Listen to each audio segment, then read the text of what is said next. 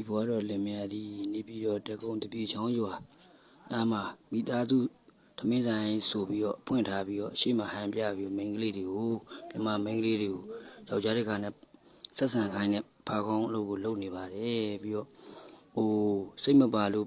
မလုပ်ချင်ဘူးပြန်ကျင်တဲ့လူလည်းဆိုတင်းကျပ်ချုပ်ကင်ပြီးတော့ထားပါတယ်အလုံးထားပါတယ်လို့ဒီအလုပ်ကိုအလုံးမလုပ်ပဲစိတ်မပါလို့